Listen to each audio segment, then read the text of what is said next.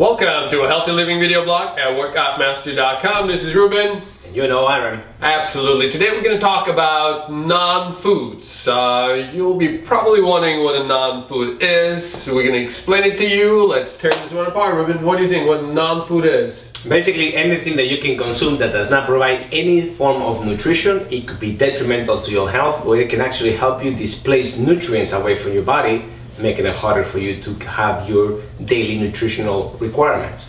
The most amazing thing that I find about non-foods that are so widely available these days, that the food that we actually should consume is almost instinct. Everywhere you go, you have a highly processed food. So any kind of like a fast food restaurant chain that puts out like some like the chicken nuggets and things like that don't really exist in nature. Usually so processed that they're derived of what we call a life force. Let's talk about why life force is important. What do you think? Well, it's that, the requirement for us to have nutrition is based obviously on the macronutrients of protein, carbohydrates, fats, to have all the vitamins and minerals and the enzymes and coenzymes. And what happens with these, non-food, so-called foods that we label them this way, is that they don't really provide any of that stuff. Oftentimes what it is just a bunch of fiber and a bunch of other unidentifiable, forms of something that you can chew on, because I hate to even call it food, because it's not even food. It's just filler, for the lack of a better term. And what occurs is that they're so void of nutrition that they actually make it harder on the body, because they're actually taking more energy to digest and to process them that actually yields as far as energy and ability to function. So what it does is, as you consume it, it takes and it draws energy away from your body. Therefore, it's not giving you any life force whatsoever. It's not giving you any energy, any prana, by whatever means you want to identify it as. Yeah, one thing that I think a lot of times our clients don't understand, that when you eat a food, it's not necessarily always give to yourself. Just by the fact that you ate something, it doesn't mean that you provide it for your body.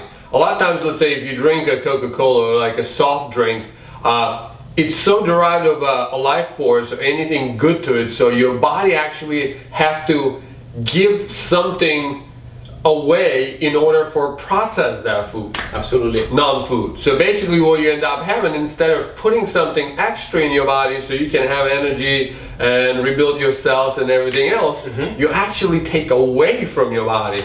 And that creates a deficiency. And over a period of time, that deficiency manifests as a way of disease and things like that. Well, there we have the problem that we have nowadays with obesity and diabetes and other, degenerative diseases that we face in society. And some of the stuff did not exist, let's say, past another 100, 120 years ago, because there was no junk food or no non-foods whatsoever. I mean, the worst thing that we could have, if you want to categorize it as bad, which I don't think is bad, is actually sugar.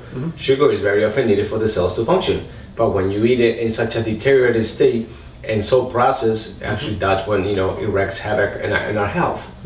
One of the issues with non-food, companies actually work on making food addictive. So by creating a non-food, you actually create an addiction cycle. So for example, let's say if you have a salty snack, and what they use is not a regular salt but like a white table salt, which is derived of all minerals. Sodium chloride. Sodium chloride. So basically if you salt it with sodium chloride, your body thinks the salt is coming, but the only thing is coming is sodium chloride.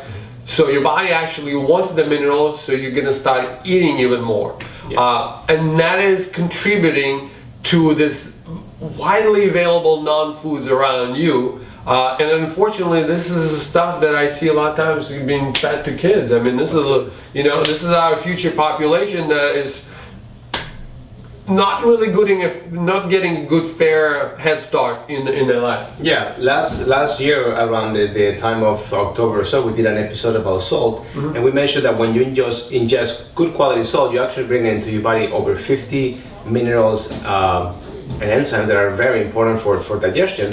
And the first thing that salt does when you ingest it, actually triggers digestion, because it makes the body release gastric juice. So automatically the body wants to ingest food and have it processed, and when they're feeding you this food that has been chemically altered to have one of their elements missing, so the body does not recognize it as a complete nutrient. So what the body does, it just keeps asking for more and more of the same, and at the same time, the salt triggers the mechanism of wanting to digest.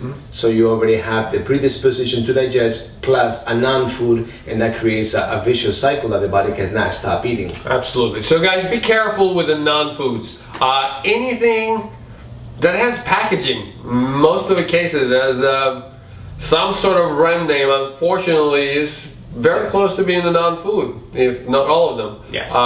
Anything that didn't exist on this planet about 10,000 years ago generally is a non-food. If anything that you cannot pronounce on the label, it's also generally a non-food. Yes. So try to eat as less of that as possible and enjoy the best food on earth, which is actually real organic food. Anything else you want to say? I think we'll leave it at that. Alright guys, thank you very much for watching. Until next time.